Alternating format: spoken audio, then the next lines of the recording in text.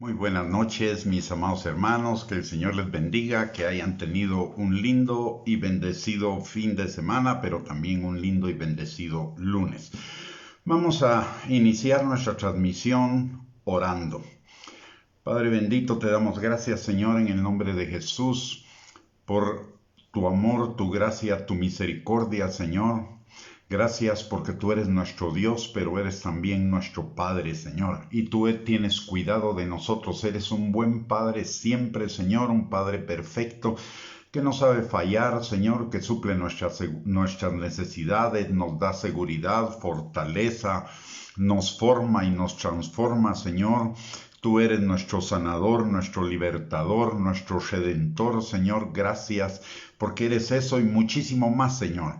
Gracias por el privilegio de conocerte, gracias por el privilegio de haber sido predestinado para esta salvación tan grande y de que tu Espíritu Santo abriera los ojos de nuestro entendimiento para que nos resplandeciera la luz del Evangelio. Padre, te damos a ti en esta hora toda honra, honor, gloria, alabanza, porque solamente tú la mereces, Señor, solo tú eres digno de ella, Padre, porque solo tú eres Dios y eres verdad y una verdad que permanece para siempre, que no cambia, Señor.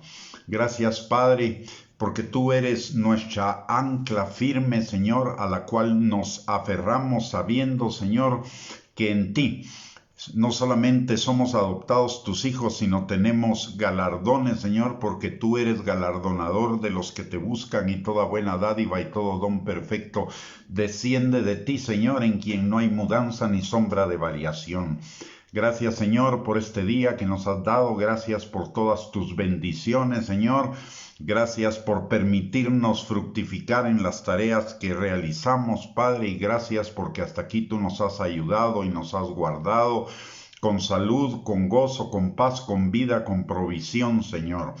Padre, bendito y alabado sea, Señor. También en esta hora te damos gracias, Señor Jesucristo, por el amor tan grande que tuviste para con cada uno de nosotros, aceptando venir a hacerte hombre, despojándote de toda tu gloria, para que por la cruz del Calvario y tu sacrificio en ella, cada uno de nosotros fuera perdonado de sus pecados y redimidos para ser trasladados de la potestad de las tinieblas al reino tuyo, Señor. Gracias porque tú diste tu vida por cada uno de nosotros y más aún, Señor, tú aún la das porque intercedes por nosotros todo el tiempo.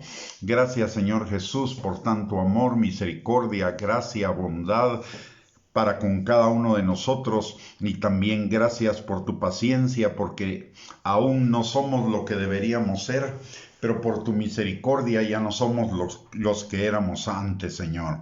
Espíritu Santo, también te damos gracias por haber abierto los ojos de nuestro entendimiento para que nos resplandeciera la luz del Evangelio. Gracias por darnos convicción de pecado, por darnos esa fe por la cual somos salvos por gracia.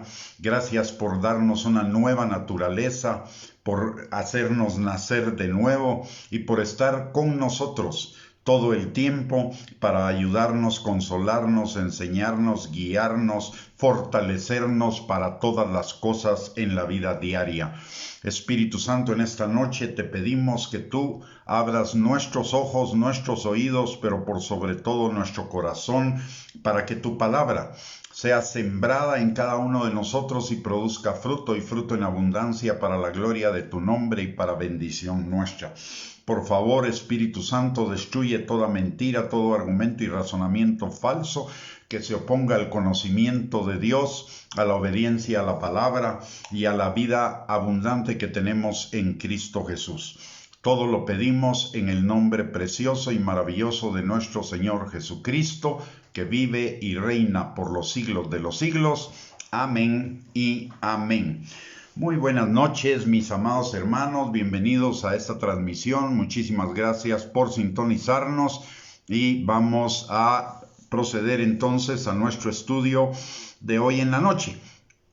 Hemos estado, para recordar así muy rápidamente, hemos estado escudriñando lo que la palabra de Dios nos enseña acerca de la Biblia, la palabra de Dios. y también hemos estado estudiando cómo estudiar la Biblia, valga la redundancia. ¿Por qué? Porque la palabra de Dios nos llama no solamente a leerla, sino a escudriñarla en Juan capítulo 5, versículo 39.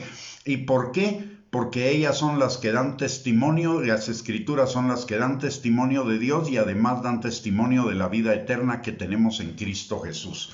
Por lo tanto, para nosotros es conveniente el estudio, es más allá de la lectura, es escudriñar las escrituras, meditar en ellas de día y de noche para que todo nos salga bien, como nos enseña también el Salmo 1, versículos 2 y 3. Para recordar, quiero leerles el Salmo 19, versículo del 7 al 11. La palabra de Dios dice: la ley de Jehová es perfecta, que convierte el alma. El testimonio de Jehová es fiel, que hace sabio al sencillo. Los mandamientos de Jehová son rectos, que alegran el corazón. El precepto de Jehová es puro, que alumbra los ojos. El temor de Jehová es limpio, que permanece para siempre. Los juicios de Jehová son verdad, todos justos. Deseables son más que el oro y más que mucho oro afinado, y dulces más que miel, y que la que destila del panal. Tu siervo es además amonestado con ellos. En guardarlos hay grande galardón. Aquí encontramos muy resumidamente muchos de los beneficios de la palabra, pero son muchísimo más. Si leemos el Salmo 119, ahí vamos a encontrar cantidad de beneficios. Además de si escudriñamos la escritura, vamos a encontrar muchos más. Pero en este Salmo 19, versículos del 7 al 11, vemos algunos beneficios. La palabra de Dios convierte el alma, es decir, la transforma para que vivamos una vida agradable a Dios y por ende una vida de bendición.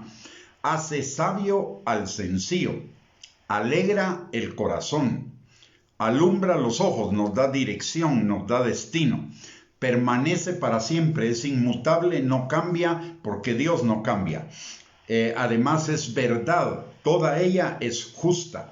Es deseable más que el oro y más que mucho oro afinado. Es decir, es mucho más deseable que las riquezas. Las riquezas con una mala administración, con una mala dirección se pierden. Pero si el Señor nos diera riquezas, además de la palabra de Dios y la orientación de la palabra de Dios, dice en Proverbios que es la bendición de Dios la que enriquece y no añade tristeza con ella. Además, la palabra es dulce más que miel. Somos amonestados con ella para corrección y en guardarla hay grande galardón. Es decir, hay muchas bendiciones en guardarla. La pregunta que nosotros nos deberíamos hacer es, o hay varias preguntas que nos deberíamos hacer al respecto de este pasaje. ¿Por qué será que si la palabra de Dios es tan maravillosa y tiene tantos beneficios para nosotros, punto número 1, ¿por qué no la buscamos constantemente? Todos necesitamos transformación, todos necesitamos sabiduría, todos necesitamos alegría, todos necesitamos dirección, todos necesitamos caminar en justicia, todos necesitamos galardones. Entonces, ¿por qué no buscamos la palabra de Dios? Si no la buscamos continuamente, constantemente, es porque hay algo en nuestra mente que nos lo está impidiendo, y esa es una obra de las tinieblas que necesitamos romperla para vivir en esa vida abundante que Jesús compró para cada uno de nosotros en la cruz del Calvario. Número 1. Y número 2, la palabra también nos dice que la palabra es deseable y es más dulce que la miel, o sea, la palabra es dulzura. ¿Por qué será que para muchos la palabra de Dios es algo tedioso o algo rutinario o algo que hacen a 1000 por hora, no se deleitan en ella, la leen más como tarea que como un deleite? Y entonces la pregunta que surge aquí es ¿por qué? Otra vez volvemos al mismo punto. Es una obra de las tinieblas que está en nuestra mente que necesita ser quebrantada. Por eso oramos que el Espíritu Santo rompa toda mentira, todo argumento y razonamiento falso que se oponga al conocimiento de Dios, a la obediencia a la palabra y a la vida abundante que tenemos en Cristo. Porque todo lo que nos impide acercarnos más a Dios es una obra de las tinieblas. Es una obra de las tinieblas a través de nuestro yo, a través de las decisiones de nuestro yo, que quiere seguir caminos que le parecen derechos en su propia opinión, pero su fin es camino de muerte. Entonces, por ello es que estamos estudiando la Biblia y cómo estudiarla, cómo practicarla, cómo predicarla o compartirla, para romper todos esos tabús o paradigmas o fortalezas que se han levantado en nuestra mente y en esa parte engañosa y perversa del corazón para no buscarla. Pasando al siguiente tema, ¿cuál es el objetivo del estudio de hoy? En primer lugar, reforzar la importancia del estudio de la palabra. En segundo lugar, reforzar el aprendizaje de las condiciones básicas para un estudio eficaz y efectivo de las Escrituras, reforzar la importancia de la observación del texto bíblico y de todas las etapas relacionadas con ella para lograr un buen entendimiento de la palabra, y aprender métodos y técnicas sencillas y accesibles de estudiar la Biblia relacionadas con su entendimiento para extraer de ellas, en primer lugar, un mayor y mejor conocimiento de Dios, de nuestra salvación y del estilo de vida que Dios quiere y bendice.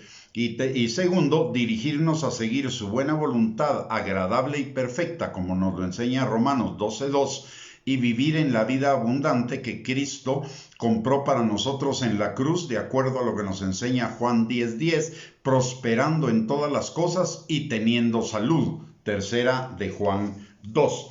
Una observación que quiero hacerles. Tanto en los estudios anteriores como en este, hemos mencionado una serie de cuestiones que son importantes para la observación eficaz de la palabra. No importa si usted al principio no los aplica todos, pero es importante que comencemos a aplicar los que nos van pareciendo más necesarios en un momento dado y después ir agregando los demás. No se trata de ser perfectos de la noche a la mañana, es un proceso gradual, es un proceso que se va dando de día en día, va mejorando de día en día a través de la práctica. Así que usted no se preocupe. Pueden sonar como que son muchísimas cosas que hay que hacer, pero usted no se preocupe, comience a aplicar las que tenga a la mano. La palabra de Dios dice: lo que tengas a mano hacer, eso hazlo. Entonces usted comience a aplicar lo que tiene a la mano para aplicar de todas las cositas que vamos diciendo. Váyalas apuntando, haga su listadito de las cosas que son necesarias para una buena observación de la palabra de Dios y váyalas aplicando en la medida en la que usted va progresando en su estudio de la Biblia. Va a llegar el momento en que las haga todas, pero no las tiene que hacer todas de un solo. Vaya haciendo las que a usted le parezcan más necesarias para usted en un momento y después va sumando otras y otras hasta lograr llegar a un estudio cada vez más eficaz de la palabra. Lo mismo se trata con los principios que vamos a ver hoy acerca del entendimiento de las Escrituras. Le vamos a dar varios principios, pero eso no quiere decir que usted los tenga que tener desde ya presentes y ejercerlos perfectamente. En la práctica, en la medida que las vamos poniendo en práctica, se van haciendo un hábito, una costumbre en nosotros y vamos prosperando y perfeccionando estas cosas y las vamos a ir aplicando de acuerdo a nuestra especificidad.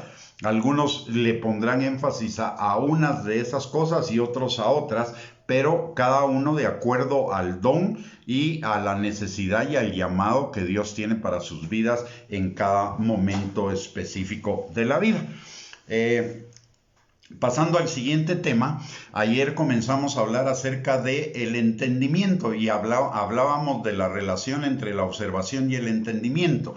La observación nos conduce a una comprensión precisa de lo que dicen las Escrituras, mientras que el entendimiento va un paso más adelante y nos ayuda a comprender lo que quiere decir el texto para aplicarlo en nuestra vida cotidiana y en las diversas áreas de nuestra vida, reforzando nuestra confianza y certeza para llevar a la práctica sus verdades. Entonces, la observación nos da la comprensión del texto. El entendimiento nos lleva a aplicar, a buscar las formas de aplicar esa palabra de Dios en nuestras vidas, en las diferentes áreas de nuestra vida, en las diferentes situaciones que experimentamos. ¿Por qué es importante el correcto entendimiento del texto bíblico? Primero, porque está en el hecho de que por lo general todos nosotros antes de estudiar las Escrituras hemos adquirido un sistema de creencias y nos hemos formado opiniones previas sobre lo que es la Biblia y lo que la Biblia puede decir o enseñar, que por lo general, como no son ideas que hayamos obtenido de la Biblia directamente, sino de lo que otros dicen acerca de la Biblia, pueden ser creencias equivocadas, pero que las traemos al estudio de las Escrituras y nos pueden llevar a conclusiones equivocadas, como prejuicios, religiosidad, legalismo, errores doctrinales y conceptuales, etc. Y esto nos lleva a tener enseñanzas y prácticas que son erróneas. Y podría ser muy delicado porque en el proceso de la enseñanza errónea hasta la apostasía comienza con el error, después sigue la herejía, la blasfemia y la apostasía. Entonces eso nos puede llevar a situaciones que son peligrosas para nuestra vida espiritual si no tenemos un correcto entendimiento de las Escrituras. En segundo lugar, al tener un entendimiento correcto de ellas, podremos discernir si lo que creemos está de acuerdo con lo que Dios dice. Hoy hay mucha gente que cree y tiene sus propios conceptos acerca de Dios y de lo que Dios debería hacer. Sin embargo, no están fundamentados en la palabra de Dios, y solo le voy a poner un ejemplo. Mucha gente dice en sus oraciones: Señor, toma el control de mi vida. Eso no es bíblicamente correcto. El Señor, desde antes de que nosotros naciéramos, Él ya tenía control de nuestra vida y no lo ha perdido nunca. Él y lo va a tener siempre. El Señor tiene perfecto control de todas las áreas de nuestra vida, de todas las circunstancias de nuestra vida. Y Él las permite porque quiere que esas circunstancias obren para bien de nosotros. No es que nosotros le entreguemos el control.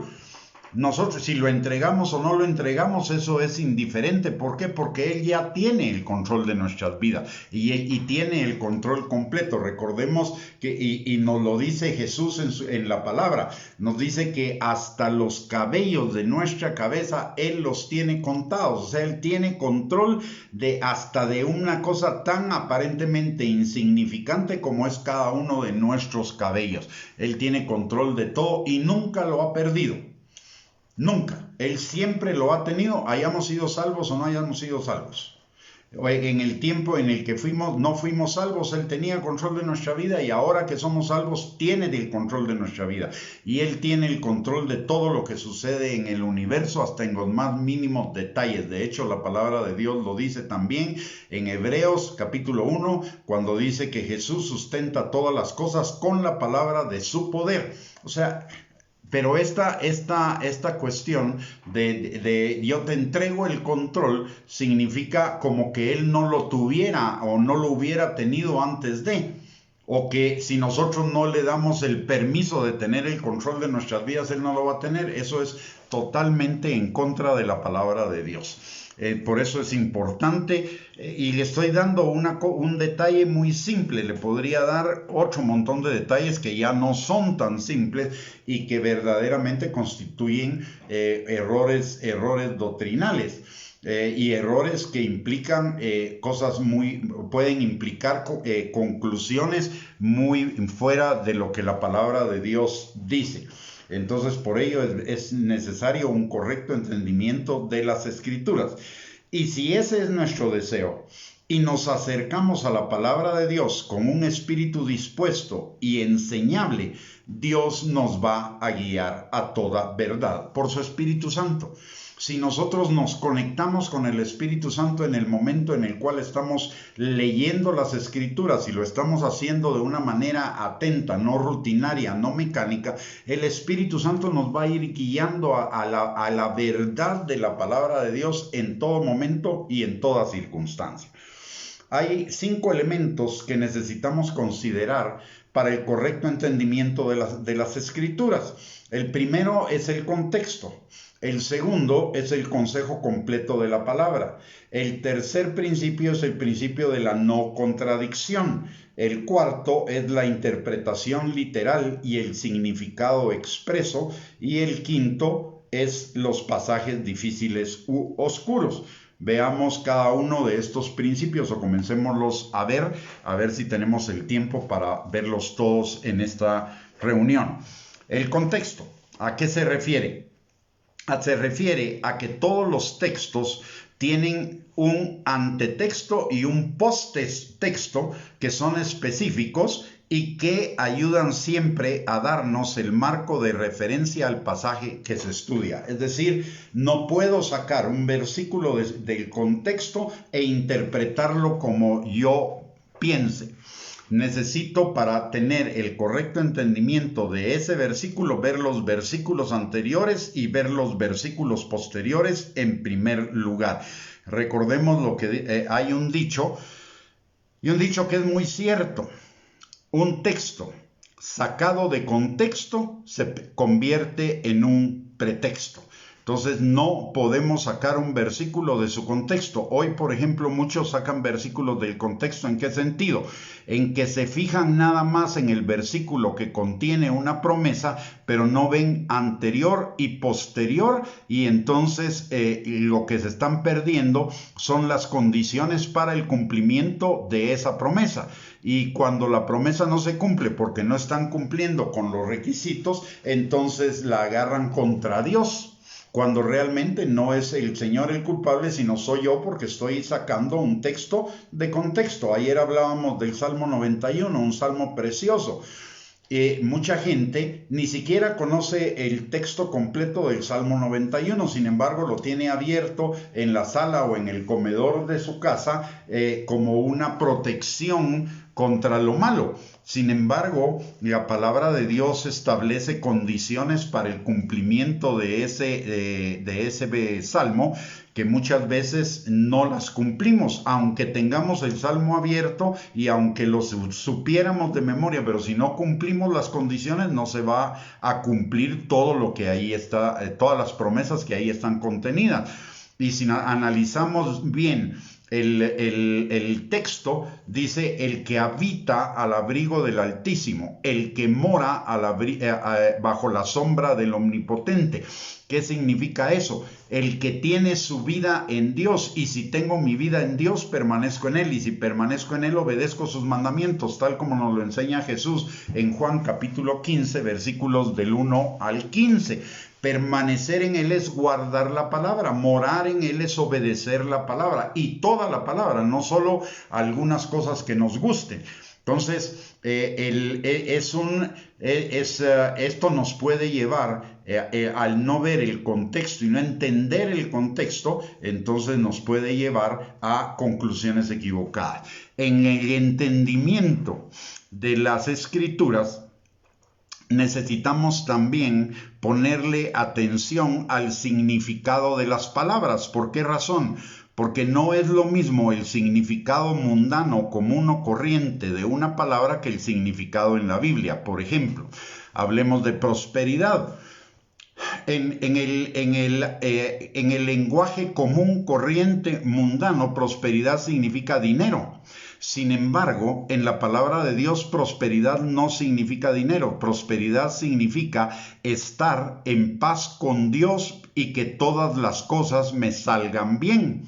Por eso la palabra de Dios dice: hijo mío, yo deseo que tú seas prosperado y tengas salud, así como prospera tu alma. Es decir, el Señor desea que todo me salga bien, y que tenga salud, así como mi alma se va amoldando a lo que dice la palabra de Dios, que es también el mensaje que encontramos en Romanos 12:2.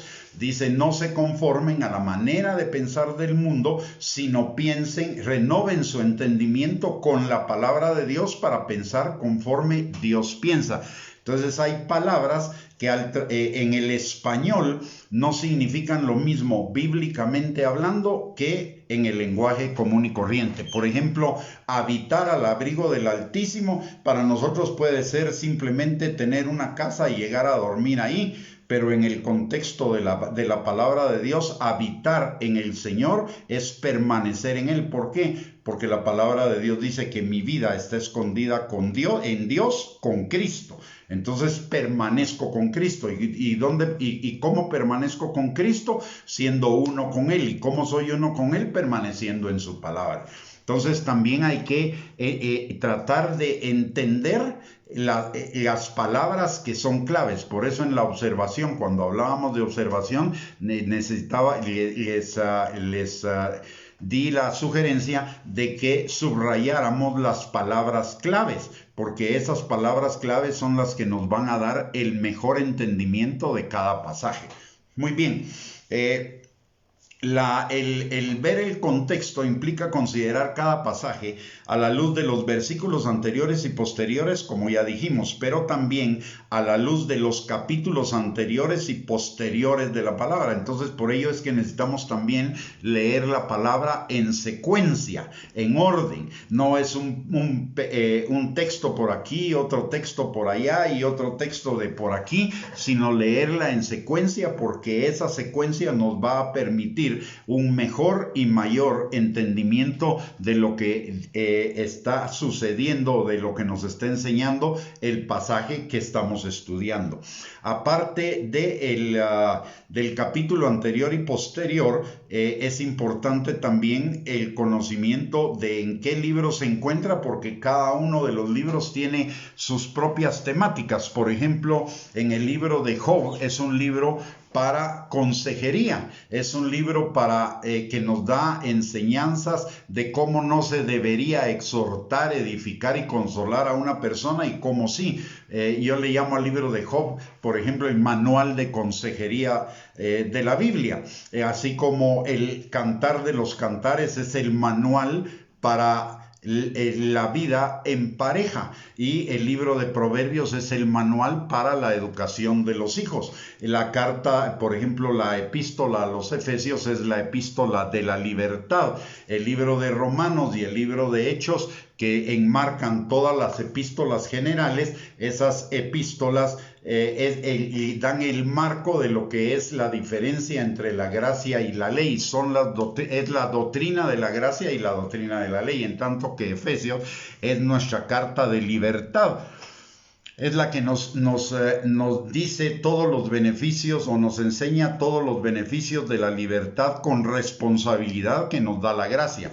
Pero algunos sacan de contexto un pasaje ahí, por ejemplo, de que ya no estamos bajo la ley sino bajo la gracia, queriendo indicar que ahora ya no hay que cumplir los mandamientos y que además de todo podemos hacer lo que se nos dé la gana, que nada es pecado, y eso no es cierto. La carta de Efesios claramente nos enmarca esa libertad en la vida en responsabilidad, en la vida en amor. Una de las características del libro de Efesios o de la epístola a los Efesios, es que nos habla muchísimo, a pesar de que solo son 6 capítulos, nos habla muchísimo de lo que es la vida en amor, de lo que debe ser la perspectiva de nuestra instrucción cristiana.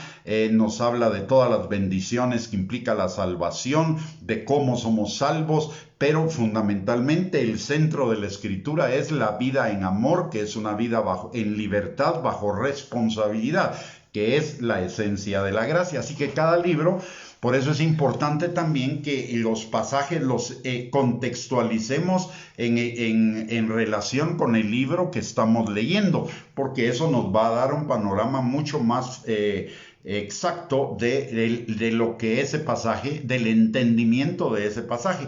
Y finalmente, el contexto de toda escritura es toda la Biblia, porque recordemos que la Biblia es la obra de un solo autor, y la obra de un autor que no miente, no se contradice, que es perfecto, y entonces no puede haber un pasaje que contradiga a otro. Si hay un pasaje que aparentemente contradiga a otro, lo que sucede no es que lo contradice, sino que lo enmarca el otro pasaje. Y ambos pasajes se enmarcan para tener un panorama completo de lo que es el entendimiento de ese tema. Por no considerar, por ejemplo, todos los pasajes relacionados con la mujer, hay un mal entendimiento no solo acerca del rol de la mujer en el matrimonio, sino que también hay un mal entendimiento del rol de la mujer, o hay muchas contradicciones y conflictos en el rol de la mujer en cuanto a esposa y madre, y también hay muchos errores o muchas contradicciones en cuanto al papel del ministerio de la mujer. Porque no hemos tomado todos los pasajes de la Biblia relacionados con la mujer, y entonces nuestras conclusiones pueden estar equivocadas.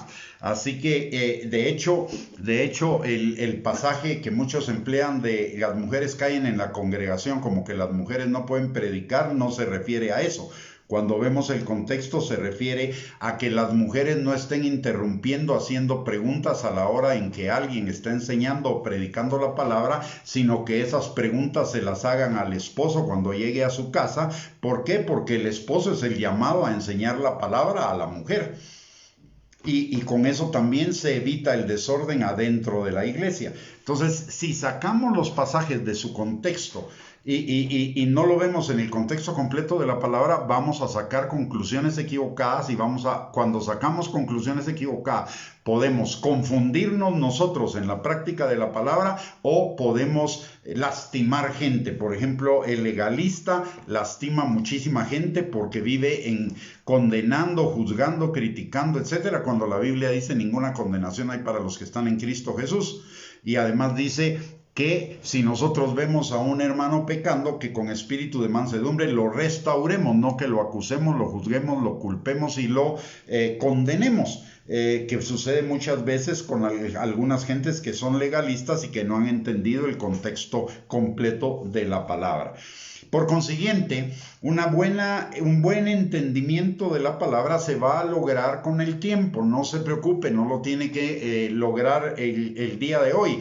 Va a ser algo gradual en la medida que nosotros nos apliquemos al conocimiento de la palabra y conozcamos la palabra desde Génesis hasta Apocalipsis. Por consiguiente, va a requerir una familiarización con toda la palabra de Dios, que es un proceso gradual que requiere de dedicación, paciencia, constancia y perseverancia.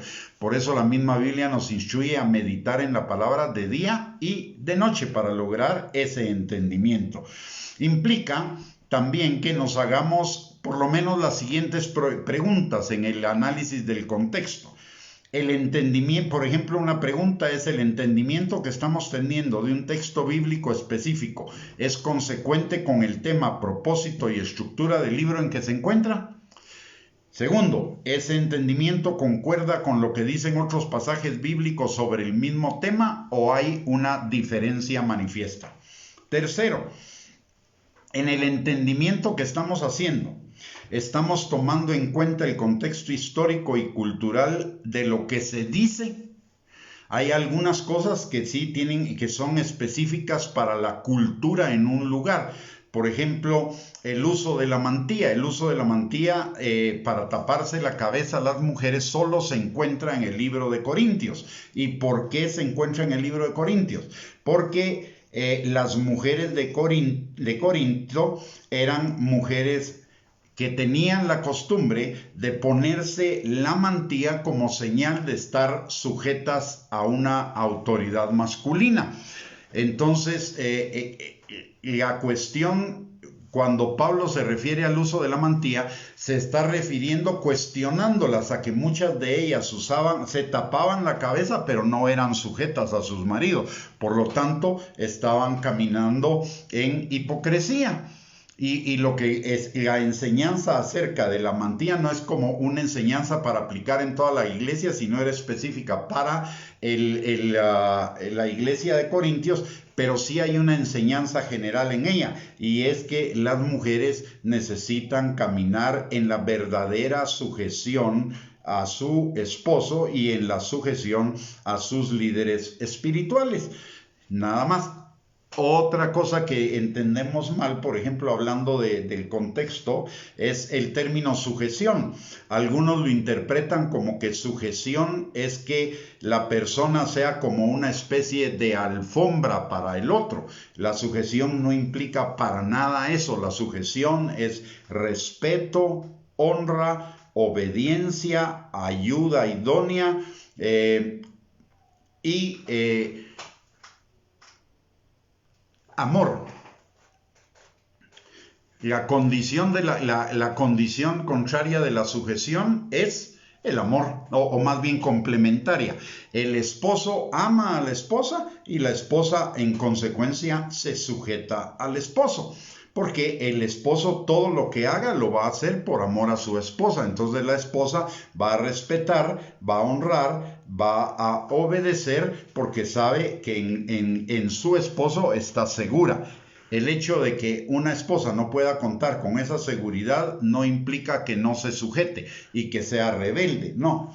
Pero sí hay algunas medidas que habría que tomar. Porque entonces entramos a un tema que es el abuso. Y el abuso, la palabra también nos instruye qué hacer con respecto a eso. Entonces, el término sujeción o el término someterse no implica ser alfombra. El término de sujeción y de sumisión significa, en el mundo, sumisión es la de un esclavo a un amo. Sin embargo, en la palabra de Dios, sumisión y sujeción no significan eso. Significan honra, obediencia, significa ayuda, significa amor, apoyo, etc. Eso será cuestión de que lo estudiemos en un tema o en una enseñanza mucho más adelante, pero ¿por qué estamos hablando de esto? Porque es importante ver el contexto de toda la palabra de Dios. Además, también aquí, ya que me metí en el tema de la sujeción, déjeme decirle algo. La palabra de Dios es la palabra de un Dios sabio que conoce pasado, presente y futuro. Y Él sabe que el problema principal del hombre es la expresión de amar, y amar es servir a su pareja. Por eso en Efesios le dice a los hombres que amen a sus esposas, mientras que el problema de las mujeres en todas las culturas y épocas ha sido que las mujeres quieren mandar a los hombres, y entonces por eso la enseñanza ahí es sujeción. Sujétense a los hombres, obedezcan. Porque en todas las culturas muchas mujeres lo que son es rebeldes. Y entonces eso es lo que más necesitan para un matrimonio en bendición, la sujeción, mientras que el hombre para un matrimonio en bendición necesita amar a su esposa. Muy bien. Nunca debe sacarse un pasaje de su contexto para forzarlo a que diga lo que queremos que diga. Eso puede ser un principio de error, falsa doctrina y hasta de apostasía. Cuando nosotros vamos a enseñar algo, debemos estar muy conscientes de que lo que enseñemos sea correcto a la luz de toda la escritura. No sacar un texto para justificar una posición o un pensamiento que no esté de acuerdo con toda la palabra de Dios. Y hoy pasa mucho con ciertas palabras que muchos las malinterpretan. Por ejemplo, hoy está de moda el soltar, el dejar ir, las personas tóxicas, etc. Y muchas veces para apoyar eso se usan versículos de la palabra que no tienen nada que ver con eso y que contradicen otras enseñanzas de la palabra. A una persona tóxica está bien, podemos mantener la distancia, pero no podemos dejar de amarla, porque la Biblia dice que amemos a nuestros enemigos. Entonces, lo que cambia es el amor. Hay parejas, por ejemplo, que se digamos, voy a hablar de una pareja de novios, se pelean, etcétera, y después se odian. Lo que la palabra de Dios nos llama es a amarlo, solo que con una clase diferente de amor. Ya no es un amor de pareja, sino es un amor al prójimo. Esto sería muy bien que lo entendieran las personas que están en divorcios o separaciones que son traumáticas y que son una enemistad. Y lo que debe cambiar es la forma de amor. En la palabra de Dios hay por lo menos 7 diferentes formas de amor, que al español se traducen todas como amor, pero que en el hebreo y en el griego significan diferente que la palabra amor. Por ejemplo, está el amor eros, que es un amor físico, el amor fileo, que es un amor filial. Está el amor eros, es el amor de pareja, el amor filial es el amor del compañerismo. Está la compasión, que es una manifestación de amor, pero de amar al pecador. Esto es lo que genera una confusión con el pasaje de Juan 3:16, de tal manera amó Dios a los pecadores. A los pecadores no los ama del mismo modo que ama a sus hijos. A los pecadores les tiene compasión, a sus hijos les da gracia. Ahí lo voy a dejar para que usted lo investigue. Ese es un buen tema para estudiar y entender en las Escrituras. Por el otro lado, necesitamos entender lo que dice el libro, lo que dice la Escritura, no lo que nosotros queremos que diga. No podemos agregar ni quitar nada a lo que Dios quiere decir a través de su palabra, y esto está muy claro en Apocalipsis 22, 18 al 19. Por eso es importante estudiar cada pasaje a la luz de su contexto, los versículos anteriores, posteriores, el capítulo en el que está, el libro en el que está y la Biblia en la que está, es decir, con toda la Biblia. El segundo requisito para la segunda sugerencia para un entendimiento correcto, eficaz y efectivo de la palabra es tener siempre presente el consejo completo de la palabra. ¿Qué quiere decir eso? La palabra de Dios es una unidad que consta de 66 libros con más o menos 1100 capítulos y más o menos 20,000 versículos. Por lo tanto, no es posible extraer una enseñanza o aplicación práctica, doctrina o entendimiento solo porque hay un versículo o dos aislados que lo respalden, porque es posible que ellos hayan sido sacados de su contexto o que se hayan pasado por alto otros pasajes importantes y complementarios al respecto del mismo tema que llevan a una comprensión más efectiva de ese tema. Por ello, necesitamos leer la Biblia con regularidad y en su totalidad y profundizar en el conocimiento de toda ella para discernir cada vez con mayor claridad si una enseñanza determinada es bíblica o no y mantener nuestro corazón abierto para reaprender cosas que hayamos considerado verdades, pero que a la luz de una mayor comprensión y conocimiento de la totalidad de las Escrituras resultan inexactas. Y le voy a poner un ejemplo de esto. El término idolatría. Generalmente cuando nosotros o escuchamos ese tema o pensamos en el tema de idolatría, estamos pensando en imágenes de otros dioses o en imágenes X. Sin embargo, el término idolatría significa todo aquello que controla nuestra vida que no es Dios. ¿Y sabe qué? Por tener un concepto tan estrecho de idolatría como imágenes, nos olvidamos o pasamos por alto el peor de los ídolos que cada uno de nosotros tiene, y es el ego, el yo, la carne, el yo mismo. Ese es nuestro peor ídolo, ese es nuestro mayor enemigo y ese es el fabricante de otros ídolos.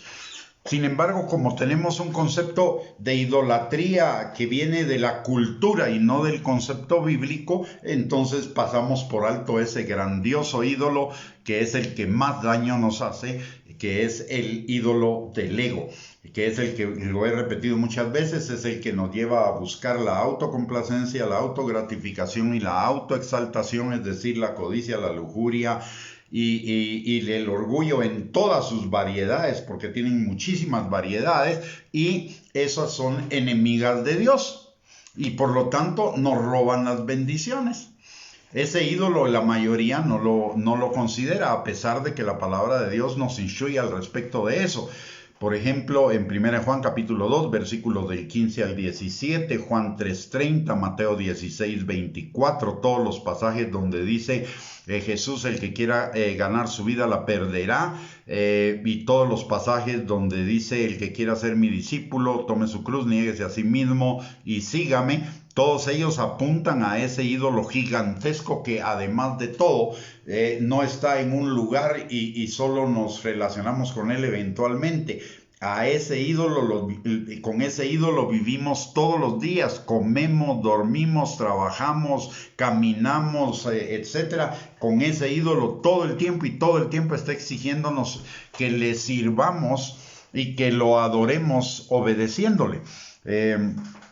Entonces, el entendimiento eficaz de la palabra nos lleva a entender esos pequeños detalles a la luz de toda la escritura, no solamente de un pasaje X.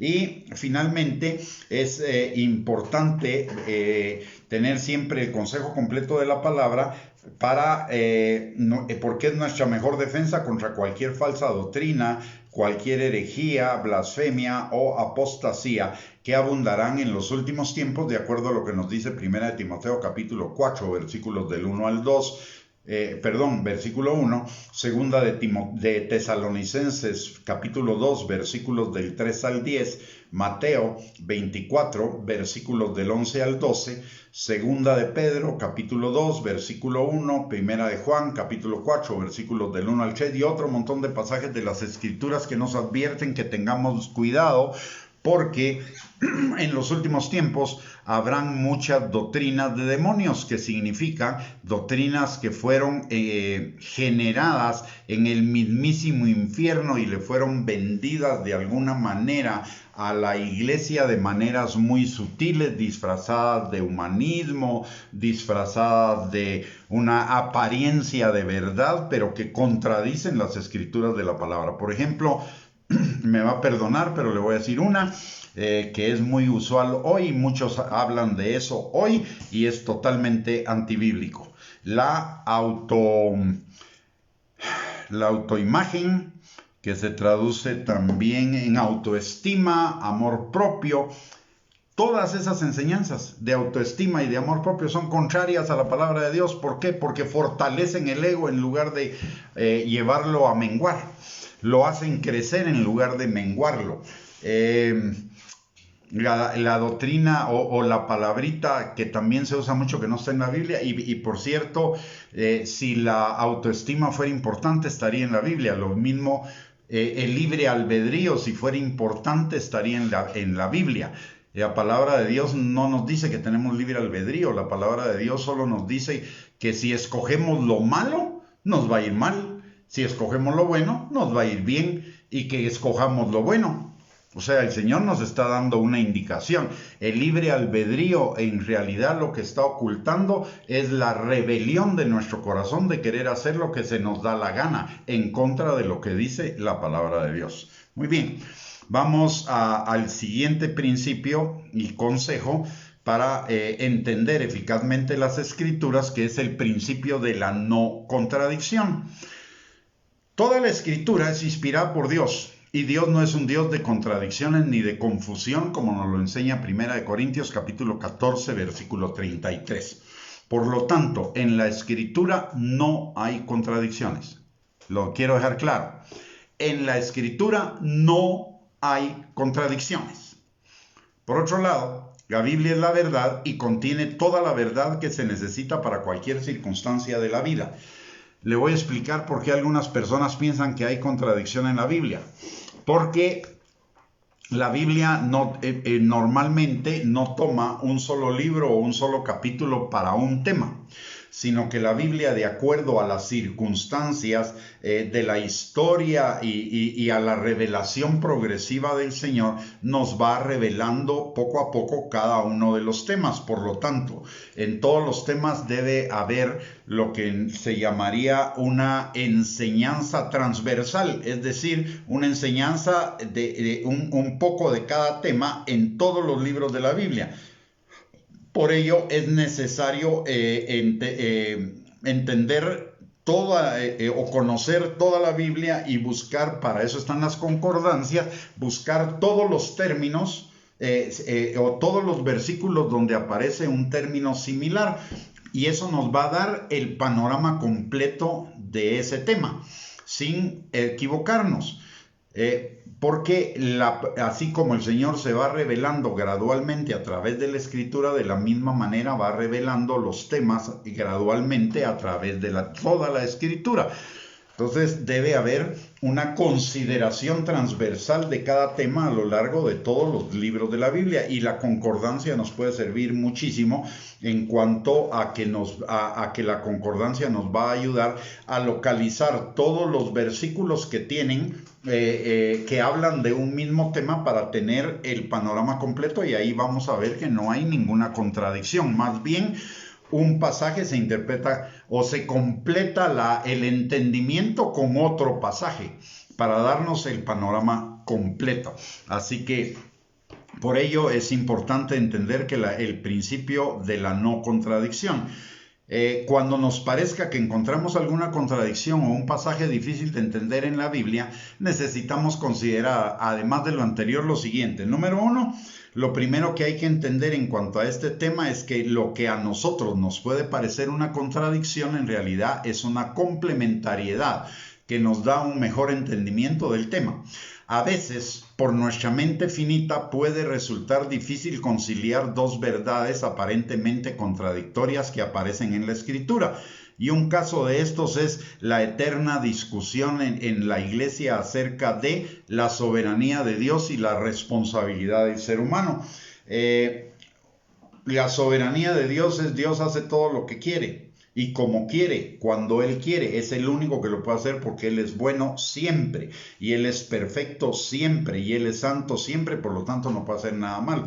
Pero y que toda nuestra vida sí está bajo el control de Dios.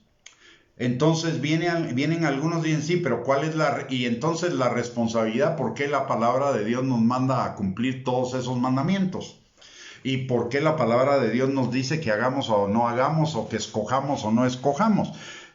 No son contradictorias, simple y sencillamente Dios es soberano, pero el hombre es responsable delante de Dios por sus acciones, aun cuando el Señor tenga control de todas sus acciones y sepa y no interfiera, porque es parte de su propósito, porque todas las cosas van a obrar para bien de los que amamos a Dios.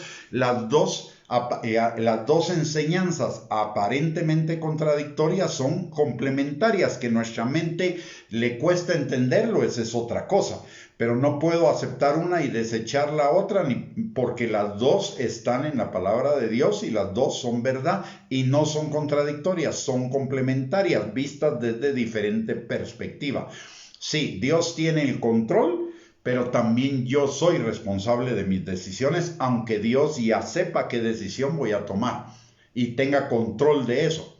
Pero eso no me quita a mí la responsabilidad. Entonces, recordemos que los pensamientos de Dios son más altos que nuestros pensamientos, lo dice Isaías, capítulo 55, versículo 8 al 9, y también en Efesios. En Efesios capítulo 3, versículo 18 nos habla de algo que muchas veces no nos percatamos, pero que se relaciona con lo que dice Isaías 55, 8 y 9. El amor de Dios tiene 4 dimensiones. Tiene anchura, largura, altura y profundidad, 4. Sin embargo, nosotros pensamos en 3 dimensiones y vivimos en 3 dimensiones. Por eso nos cuesta a veces entender el amor de Dios, porque el amor de Dios es cuatridimensional. Dios piensa en 4 dimensiones, mientras que usted y yo solo pensamos en 3. Entonces hay algunas cosas que nos pueden parecer contradictorias, pero que no son contradictorias, sino complementarias. La otra cuestión es que no debemos llevar ninguna enseñanza a un extremo al que Dios no la lleva. Por ejemplo, Dios no lleva al extremo la gracia. La gracia, otra vez, es libertad con responsabilidad. La gracia no es libertad para hacer lo que se nos da la gana. Los que creen que la gracia es libertad para hacer lo que se nos da la gana, están llevando una enseñanza de la palabra a un extremo a la cual Dios no la lleva. Lo mismo sucede con el legalismo. El legalismo es llevar una enseñanza del Señor a un extremo donde Dios no la lleva. Así que por eso tenemos que tener clara todo el contexto de la escritura, la enseñanza completa. Hoy hay muchas cosas que no están ajustadas a la palabra de Dios porque hemos dejado de enseñar acerca de ciertos temas que para mucha gente resultan ofensivos, pero son bíblicos y hay que hablar de ellos. Hay que hablar del infierno, del pecado, del arrepentimiento, de la santidad, de la santificación, y hay que hablarlo tal como la palabra de Dios lo dice, porque no hemos hablado de esas cosas en la iglesia. Es que hay mucha gente viviendo su vida cristiana, puede ser que entre comillas, en libertinaje o en pecado o en falta de obediencia a la palabra de Dios, y se están privando de la plenitud de la vida en Cristo que depende de la obediencia a su palabra. Entonces está en detrimento de ellos porque no hemos enseñado el consejo completo de la palabra. Y en la palabra, mire las veces que se menciona infierno, pecado, arrepentimiento, santificación, santidad, etc. ¿Ya? Como dice hermana Dora, hay mucha gente que está jugando a ser cristiano porque no está viviendo realmente el cristianismo como debe ser. Así que por ello es importante el principio de la no contradicción y del consejo completo de la palabra. El otro tema, el otro principio, que es el antepenúltimo, vamos a dejar el último principio para mañana, pero vamos a terminar con este, es el entendimiento literal y el significado expreso de la palabra. La Biblia no es un libro místico ni solo para iluminados o super hiper mega espirituales. La Biblia es un libro para todos los que desean aprender de él, incluso la gente analfabeta. Yo conozco varios casos de personas que cuando se convirtieron al Señor eran analfabetos y aprendieron a leer leyendo la Biblia, entendiendo que era una necesidad para ellos y para su crecimiento espiritual leer la Biblia. Aprendieron a leer leyendo la Biblia. O sea, la Biblia es aún para aquellas personas que no tengan una preparación. La Biblia es para todos, desde el más sencillo hasta el más intelectual. Y está escrita en un lenguaje para que la entiendan todos. La Biblia dice lo que dice, punto. La Biblia no dice lo que no dice. Así de sencillo, la Biblia dice lo que dice, no hay que interpretarla. Hoy muchos hablan de interpretar las escrituras. Las escrituras no se interpretan, las escrituras son absolutamente claras, las escrituras son absolutamente sencillas y exactas como para interpretarlas. Lo que necesitamos es entenderlas, no interpretarlas. Cuando me corro el riesgo de que si las quiero interpretar, las pueda interpretar de acuerdo a mi conveniencia, de acuerdo a mis caminos que me parecen derechos en mi propia opinión, pero su fin es camino de muerte, o que me lleven a justificar cosas que son injustificables delante de Dios. Entonces, cuidado con eso de la interpretación. es el entendimiento. Esa palabra interpretación debe cambiarse por entendimiento. La Biblia no se interpreta. Cuando la Biblia me está diciendo algo que no está claro o literal, o que no es literal, me lo complementa inmediatamente, porque la Biblia trata de darme total y absoluta claridad. El significado literal siempre es claro, no está sujeto a interpretación, sino está sujeto a entenderse con claridad. Por lo tanto, no dice ni quiere decir lo que no dice. Dios nos habló para que conociéramos de una manera clara, directa y sencilla la verdad. Recordemos que la palabra de Dios es la verdad, no es una verdad, es la verdad. Por lo tanto, necesitamos y debemos tomar la palabra en sentido literal, es decir, en su sentido natural y normal, buscando en primer lugar la enseñanza clara de un pasaje, no su significado oculto. Para entender un pasaje de la Biblia necesitamos procurar siempre entender lo que Dios tenía en mente. Y lo que Dios tenía en mente nos lo dice toda la palabra. Mire, en esto del entendimiento literal, algunos tienen problemas con el libro de Apocalipsis, porque dicen que es un libro muy simbólico y que se debe interpretar. La verdad es que sí es simbólico, pero no necesita interpretación. Por ejemplo, la bestia que sale del mar y que tiene 10 cuernos, esa bestia es un sistema de pensamiento en el cual se basan 10 gobernantes. Punto. Y es un gobierno mundial, es la ideología de un gobierno mundial.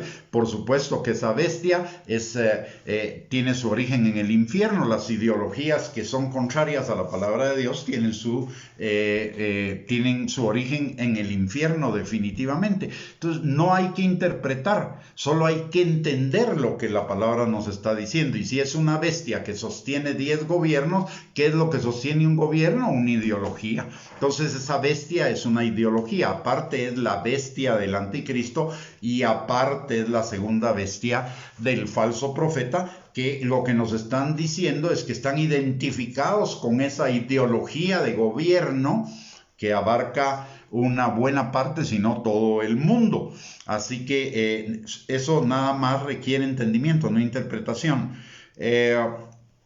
No podemos ni debemos tergiversar ningún versículo para respaldar una idea que no se enseña con claridad en el texto. A menos que Dios indique que hay otro significado en lo que dice, deje que el pasaje hable por sí mismo. Y de una vez le digo, si hay pasajes que en algún momento usted no los va a entender, no se haga bola, siga. Lo que no entienda, déjelo por ahí, un día algo va a entender y concéntrese en lo que sí entiende. Y practique lo que sí ya entendió. Lo que todavía no ha entendido, pues ni modo, pero lo que ya entendió, eso es lo que tiene que practicar. Lo que no ha entendido, llegará su momento para que lo entienda y lo practique. En una fase avanzada del estudio de las Escrituras, para obtener una mayor comprensión e iluminación y revelación del texto bíblico, necesitaremos reconocer y comprender las figuras literarias que usa la palabra de Dios para poder entender el texto.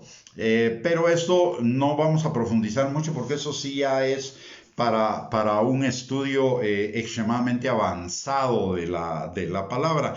No es el estudio que nosotros necesitamos día a día para practicar, obedecer y tener vida abundante. Y además estas figuras poco a poco nos las va a ir revelando el Espíritu Santo a nuestro corazón en la medida que lo vayamos necesitando. Entonces no voy a entrar mucho en detalles, solo que contarle muy rápidamente acerca de esas figuras literarias que son palabras, frases o expresiones que se usan de manera figurada más bien que en su sentido literal. Antes de darle un significado diferente al literal, necesitamos comprobar que efectivamente Dios está utilizando lenguaje figurado. Y esto es normalmente con adverbios o con palabras que nos llaman a una comparación, a una equiparación entre una situación y otra. y algunas de esas son, se usa la hipérbole como una cuestión exagerada, o se usa la parábola como una historia que nos va a dejar una profunda enseñanza, etc. Tranquilo, cuando sea necesario, el Señor lo guiará a entender cada una de estas figuras, que son un montón, y que le voy a ser sincero. Hasta donde yo he llegado en mi conocimiento de la palabra, en el estudio de la palabra, no necesito conocer las figuras al pie de la letra. El mismo Espíritu Santo me va revelando lo que esas figuras literarias y el entendimiento de esas figuras literarias. Recordemos que tenemos al mejor ayudante, al mejor maestro de las Escrituras, que es el Espíritu Santo, para que las entendamos correctamente y para que las llevemos a la práctica. Muy bien, mis amados hermanos, hemos llegado al final de esta transmisión, no del tema. Mañana continuaremos y entraremos al siguiente tema, que es la práctica de la palabra, la aplicación de la palabra. Así que los esperamos mañana a las 8 de la noche para otra enseñanza y otra transmisión de este tipo. Porfa, no se vaya todavía, porque queremos orar por usted y por todos los suyos. Solo le recuerdo que si esta enseñanza ha sido de bendición para su vida, la comparta en sus redes sociales con sus contactos, para que también bendiga la vida de ellos. En segundo lugar, les recuerdo que tenemos a su disposición 2 recursos para edificar, exhortar y consolar su vida, para prepararnos para la venida de Cristo, para ser esa novia limpia, santa, sin mancha y sin arruga que Él viene a traer en el arrebatamiento. Y esos 2 recursos son, primero que nada, nuestro canal de YouTube, @Gustavo Bianchi, donde están todas las enseñanzas en video. Hay alrededor de 250 enseñanzas en video ahí, que tienen también incluido su bosquejo, para que usted pueda seguir la enseñanza no solo en el video y el audio, sino que también en la lectura. En segundo lugar, tenemos también nuestra página de internet, www.reyesysacerdotes.net, donde tenemos alrededor de unos 2.500 estudios o bosquejos de enseñanzas en la mayoría de temas que abarca la palabra de Dios, y en todos, tanto en el canal como en la página de internet, están clasificados los estudios por tema para facilitarle el acceso y la búsqueda de lo que usted necesita. En los 2 recursos son totalmente gratuitos, no tienen ningún costo. Solo le vamos a pedir que si accede al canal de YouTube para ver prédicas, que le ponga suscribirse, porque eso nos va dando privilegios con YouTube en cuanto a la accesibilidad del canal para personas que realizan búsquedas de temas en YouTube. Muy bien. También le recuerdo las medidas de protección si va a salir de su casa y no va a ir con su grupo familiar, que es la mascarilla, la de lavarse las manos con jabón y el mantener la distancia necesaria para evitar cualquier situación. Así se protege usted, protege a su familia y nos protege a todos los demás. Muy bien, vamos a terminar orando en esta noche. Le voy a pedir que me acompañe. Padre bendito, te damos gracias por tu palabra, Señor, y te damos gracias por el privilegio, Señor, de poder estudiar acerca de tu palabra, para que tu palabra, Señor, sea nuestra delicia y nos vaya bien en todas las cosas. Padre, en el nombre de Jesús te pedimos que tú rompas toda mentira, todo argumento y razonamiento falso, Señor, que se oponga a que la palabra de Dios sea una delicia en nuestras vidas y sea la meditación continua de nuestro corazón, Padre. Te lo pedimos, Señor, en el nombre poderoso de Cristo Jesús, así como también hoy te damos gracias, Señor, por que tenemos libre y confiado acceso al trono de tu gracia para encontrar misericordia y gracia para el oportuno socorro. Padre, hoy levantamos delante de ti a cada uno de los nuestros y a cada uno de nosotros, Señor, pidiéndote que tu Espíritu Santo esté sobre cada uno, sanando al que está enfermo, restaurando al que está quebrantado, Señor, extendiendo tu manto de alegría sobre cada quebrantado, pero también, Señor, derramando el óleo de gozo de tu Espíritu, que sane, Señor, toda herida, que esté causando cualquier emoción negativa, Señor, o cualquier actitud negativa en la vida de cada uno de nosotros, Señor. Muéstranos por tu Espíritu Santo esa herida, Señor, para que sea cambiado nuestro lamento en danza, nuestra tristeza en alegría, nuestras lágrimas en risa y nuestro lamento en danza, Padre. También te pedimos, Señor, que tú suplas toda necesidad conforme a tus riquezas en gloria en Cristo Jesús, y que de acuerdo, Señor, a lo que dice tu palabra, de que si nosotros creemos, nosotros y nuestra casa será salva, Señor, te pedimos que aquellos de los nuestros que no te conozcan, Señor, que tu Espíritu Santo los atraiga con lazos de amor a ti y se conviertan de sus malos caminos y se vuelvan de todo corazón a ti, Señor.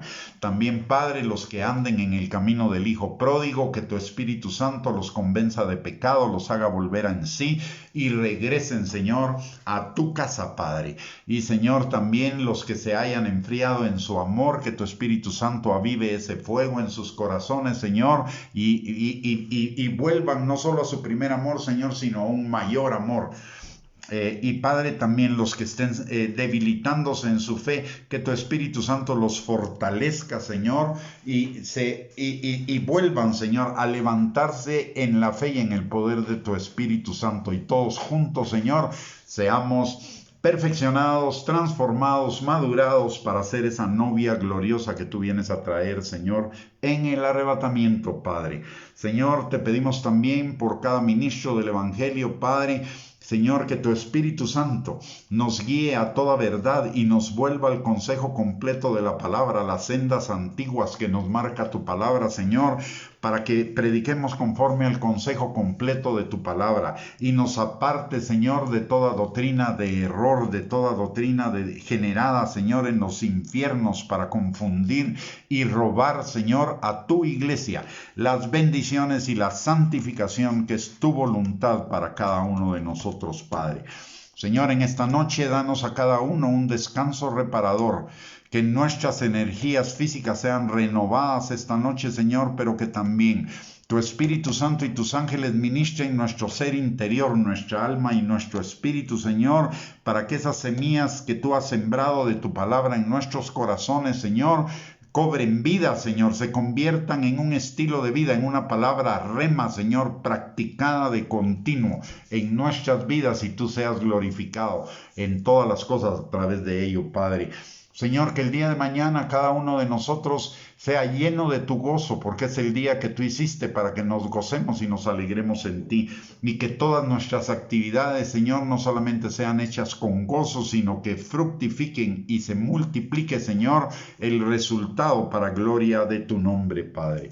Señor, te damos a ti las gracias por la respuesta a nuestras oraciones, así como toda la gloria, la honra y la alabanza, porque sabemos, Señor, que hemos orado conforme a tu voluntad, y si oramos conforme a tu voluntad, tendremos la respuesta a las peticiones que te hayamos hecho. Gracias, Señor, por ello.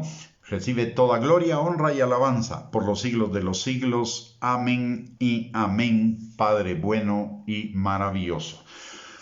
Muy bien, mis amados hermanos, que el Señor les bendiga. Ha sido un privilegio poder compartir con ustedes este tiempo. Espero que haya sido de bendición para sus vidas y esperamos encontrarnos el día de mañana, si Dios lo permite, nuevamente a las 8 de la noche para seguir con esta enseñanza. Un abrazo y bendiciones para todos.